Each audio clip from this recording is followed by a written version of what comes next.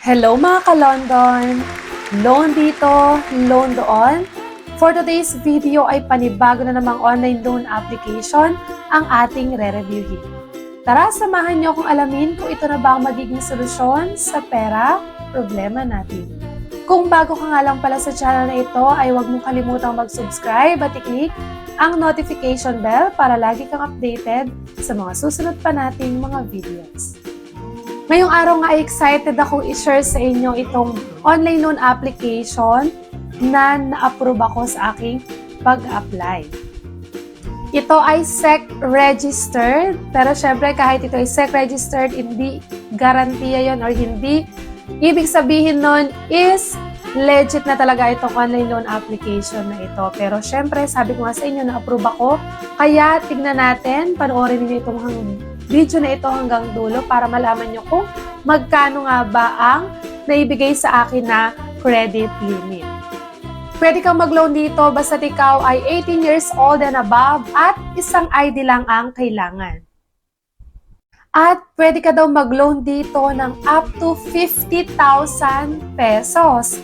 Ganun nga kaya kalaki ang aking nakuhang credit limit. Check natin yan. Panoorin ang video hanggang dulo.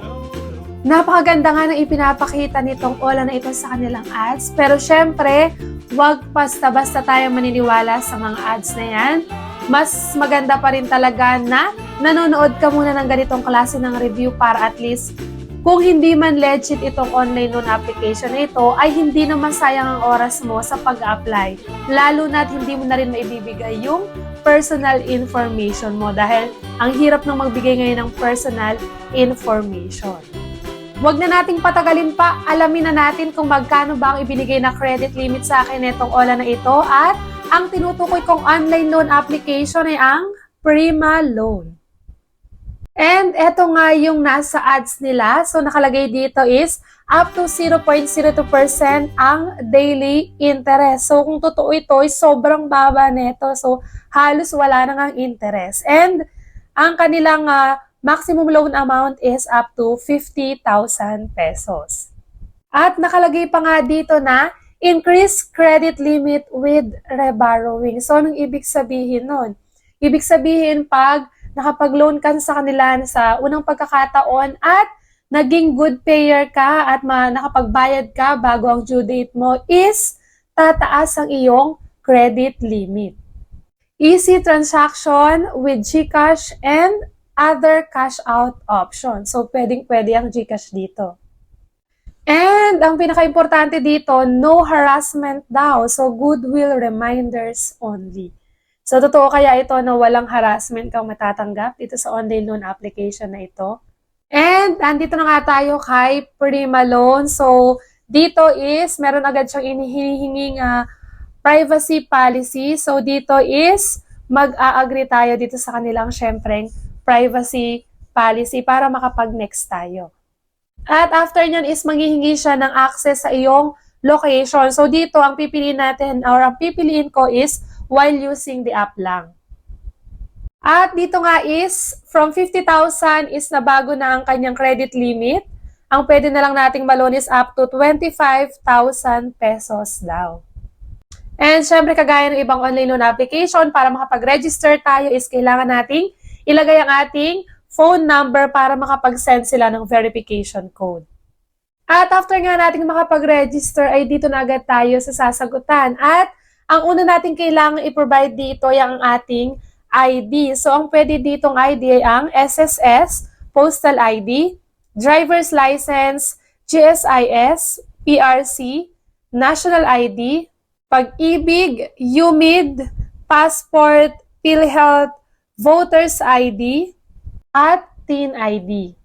At next naman ay dito tayo sa Employment Information. So, dito syempre, ilalagay mo yung employment status mo dyan. Kung employed ka ba or self-employed, pipili ka lang dyan.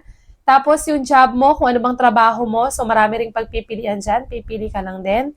And then dito nakalagay, describe your job, pero optional lang naman siya. At yung income mo sa loob ng nakaraang 3 buwan. And then, sa contact reference naman, so kailangan dito ng tatlong contact references. So dito, ilalagay mo lang kung ano ba yung relationship mo dun sa napili mong contact reference. And syempre, ilalagay yung kanyang pangalan at yung phone number niya. At make sure lang, lagi kong sinasabi sa inyo na pag maglalagay tayo ng contact reference, siguraduhin natin na alam nung taong yun na ginamit mo siya as contact reference. Dahil pag hindi ka na-contact ng mga agent ng OLA, ay siguradong sila yung susunod nilang i-message or tatawagan.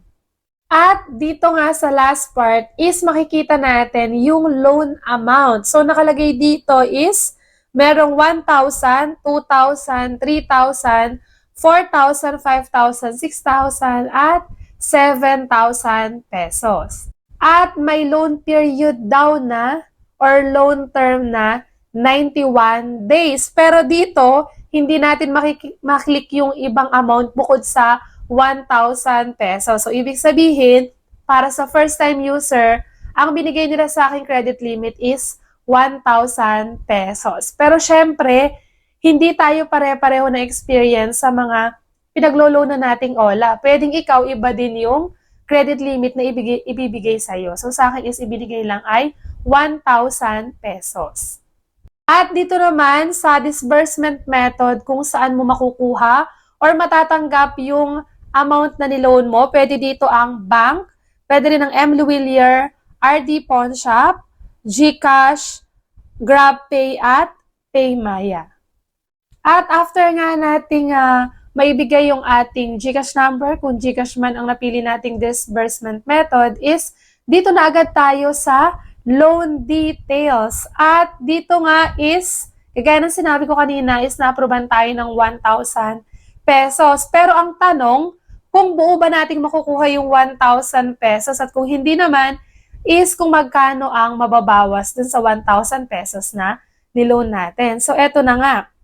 Dito is, ang nakalagay na total amount due is 1,024 pesos.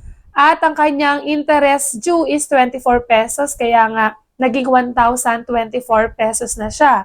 And nakalagay dito is meron siyang paid up service fee na 350 pesos. So napakalaki ng kanyang service fee. And mahati sa dalawa yung iyong payment. At ang makukuha mo na nga lang is 650 pesos. Dun sa 1,000 na niloan mo, ang repayment amount mo is 1,024 pesos dahil meron siyang service fee na 350 pesos, kaya ang makukuha mo na lang na amount is 650 pesos. Kaya siya naging 1,024 dahil yung 24 pesos daw ay interest ng loan mo. At again, ang sinabi ko, mahati sa dalawa, pero sa 7 days pa lang or before 7 days pa lang is kailangan mo nang mabayaran yung halos buo nung niloan mo. So, hindi po totoo na hanggang 91 days ang kanilang loan term. So, kagaya lang din siya ng ibang OLA na 7 days pa lang or before 7 days is kailangan mo nang bayaran yung halos buo nung amount na niloan mo. At ayan, kaya naman pala no, napakabilis ding mag-approve or na-approve ako dito sa online loan application na ito is dahil sa first time user is 1,000 lang ang binigay sa akin na credit limit. Pero at least, na-approve tayo, hindi kagaya nung iba nating na-applyan. Napakadami na nating sinagutan and then sabi niya, minsan 1 to 3 minutes daw is malalaman na natin kung approve and ang ending pala is hindi rin naman tayo ma-approve. Pero syempre, hindi ko pa rin naman sinasuggest sa inyo na hindi ko pa rin naman kayo hinihikayat na mag-loan dito sa OLA na ito. So, sinishare ko lang sa inyo yung naging experience ko dito sa online loan application na ito. Medyo malaki yung mababawas. Kaya, syempre, ang desisyon, palagi ko namang iniiwan sa inyo kung itutuloy nyo pa ba o hindi na ang pag-loan dito sa OLA na ito. At dito na nga natatapos ang ating review ngayong araw. Hanggang sa muli mga ka-London! Bye-bye!